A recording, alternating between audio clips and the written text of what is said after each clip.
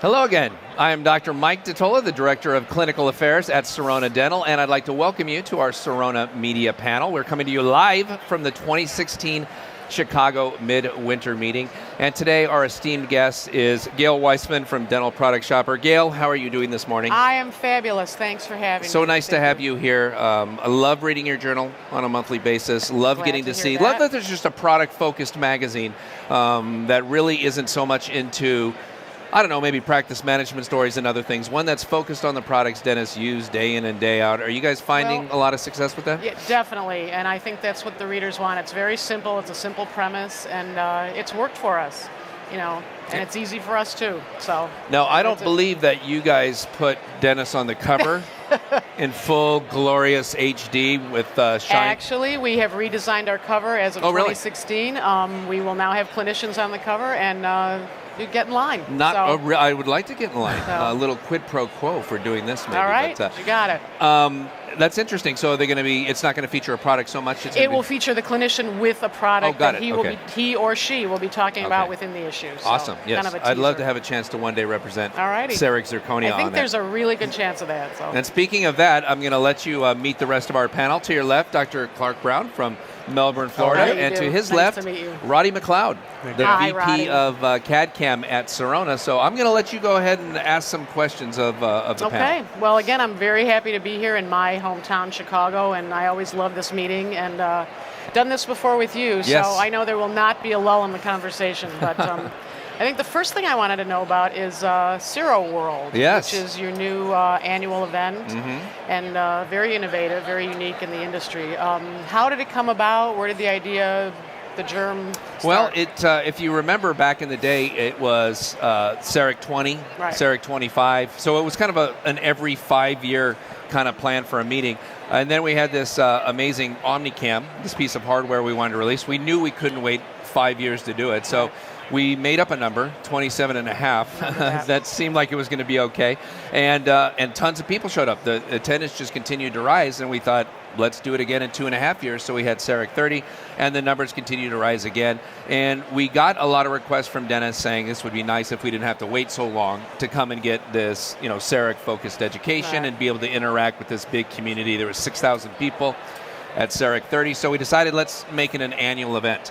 And so that was the thought, and it was like, well, do we want to call it, CEREC 31, CEREC 32, CEREC 33? It sounded a little like the Super Bowls. Then we're going to put it in Roman numerals like the Super Bowls. But the Super Bowl stopped using Roman numerals because Americans can't figure it out, as it turns out.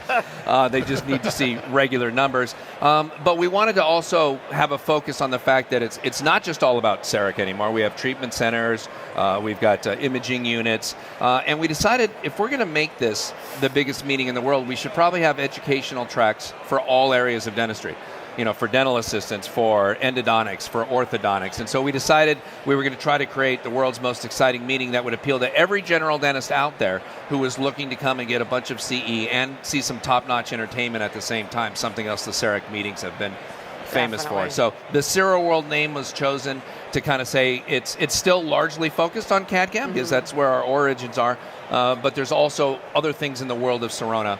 Especially once the merger is complete, which should be happening this Monday, we have all the Dentsply products to be able to draw from as well, and so have those. So that's what it's going to be. We're hoping to create a meeting that every dentist in America will be interested in coming to. So just to play devil's advocate, I mean, there are so many events for dentists. All the high-tech companies have user meetings every year. What stands out about Ciro World? What's different? Why? Well, what stands out is its heritage as CEREC 27 and a half and CEREC 30. There's really no community that's kind of grown, a grassroots community that's grown up around a single technology or even a single product like it's been with CEREC. And I think it's Sirona's dedication to spend ungodly amounts of money at these meetings and bring in Tony Robbins and bring in Train or Emmett Smith. And so it's trying to bring together the best clinicians from everywhere and the best top-notch entertainment at the same time, and really hopefully create an event where people can meet other people in the community and have lifelong memories about, wow, that was an unbelievable party. Like hopefully the one we're having tonight at the House of Blues. Right, I will be there. Well, I was at two of the previous back in the day. And they are They are quite the event. They're quite the event. Yep. Well, we've got a great band, local band, Chicago band hired for tonight for the House of Blues. And we really do want to be the premier destination for education and entertainment for the dentists. So now when is the first Ciro World? The first one's this August in Orlando, Florida. Terrific. The 15th to the 17th. That was another piece of feedback we got from doctors was we love Las Vegas, but for those of us on the East Coast, it's a little difficult. What if you had one on the East Coast for us? And so we've decided to alternate them back and forth between East Coast and West Coast to make it more convenient. 2/3 of the dentists in the U.S. are east of the Mississippi, so it probably makes sense to alternate and have an East Coast one. Okay, interesting. Great. Well, good luck with that. Thank you. Excited about it. So switching gears a little bit, Sirona planning events, Sirona doing research and development into products. I should probably ask Roddy, there's anything coming down the pipeline that you can share with us without, revealing any trade secrets? I mean, aside from CEREC Zirconia and the new workflow? Yes, well, that I will ask our esteemed beta tester here about your new introduction at the meeting. But in terms of general direction, are you concentrating on improving your existing technologies, maybe doing something disruptive, going in a different direction as a corporation? Sure. I mean, certainly we don't start out any project to be disruptive, so to say. It's more about, we actually look at the patient's experience and understanding what can we do with technology primarily to make that experience of dentistry better.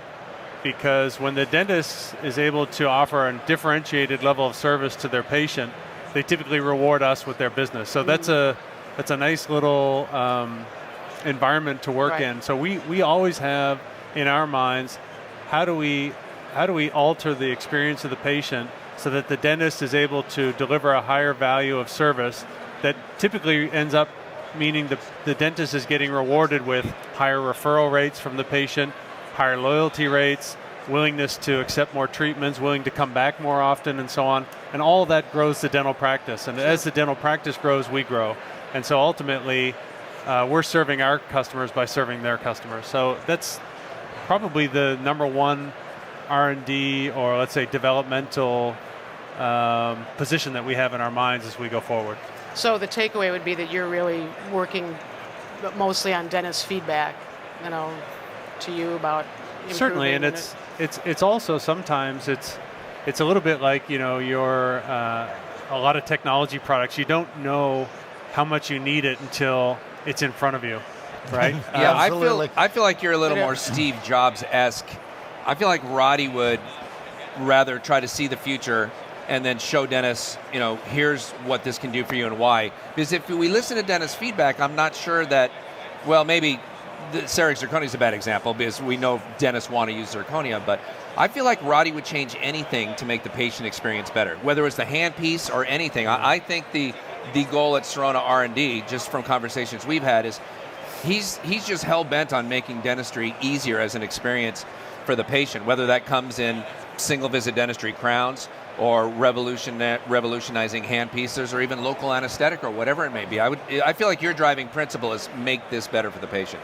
It is, but it's both. As Gail says, we're piped into our clinicians on a regular basis, and they're giving us a feedback which we're balancing against what we know is technologically possible for the future. And that's the mix of product development. It's one part customer feedback, and the other part is what's possible with technology.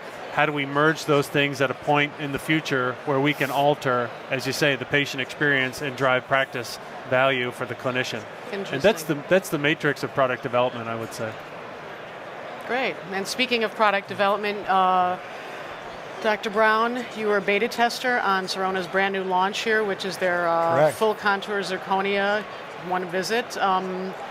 Talk about your experience with that. I have a feeling that as a beta tester, you may have been a little skeptical. What was your reaction?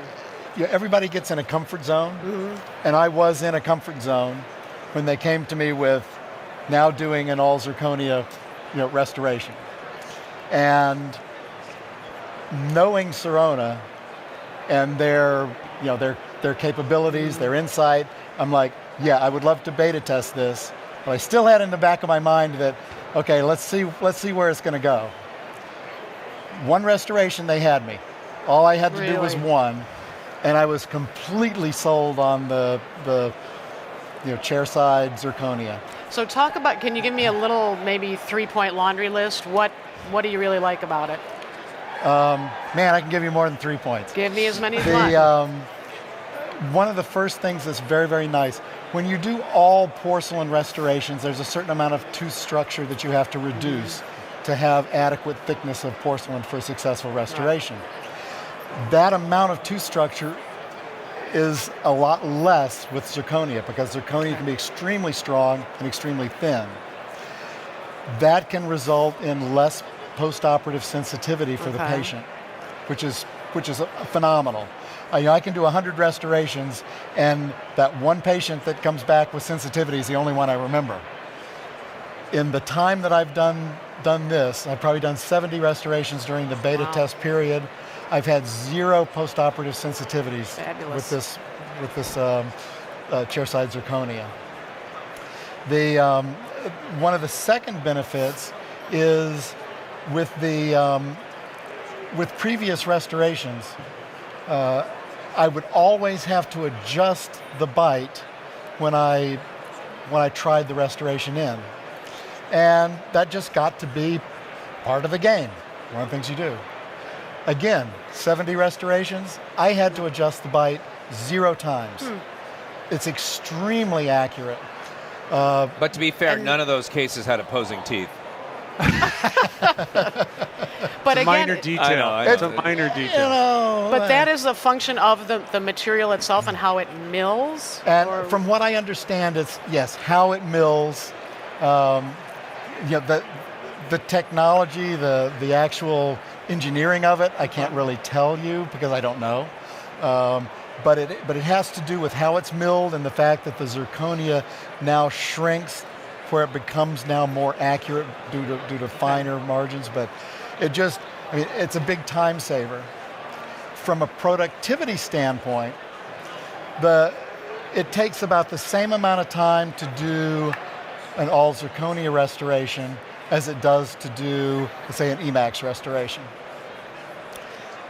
I'm going to be looking at about 15 minutes time where it mills, 15 minutes time where it now crystallizes, or in the case of zirconia, sinters. Right.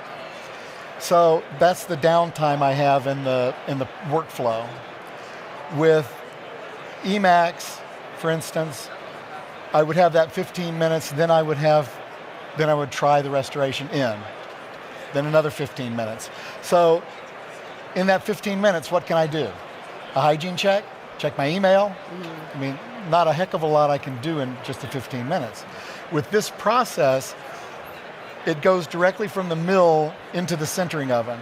So I have that same total 30 minutes time, but now instead of 2 15-minute blocks, I have 1 30-minute block. Gotcha. In that 30-minute block, I can now do another crown prep. I can actually be productive. Interesting. So being able to give one visit dentistry is phenomenal. And now with the single visit zirconia, the workflow has changed just a little bit, but enough to really let me be almost twice as productive in the same amount of time as I could have been otherwise. One of the amazing things is, Gail, everybody, whether it's chairside zirconia or zirconia made from a laboratory, pretty much every dentist you talk to will say, this fits better than any crown I've had before, which is amazing because it starts off big and ends up that small, and it just seems like this should be the worst fitting crown. It's like, well, who can do the math to make that turn into that and have it fit?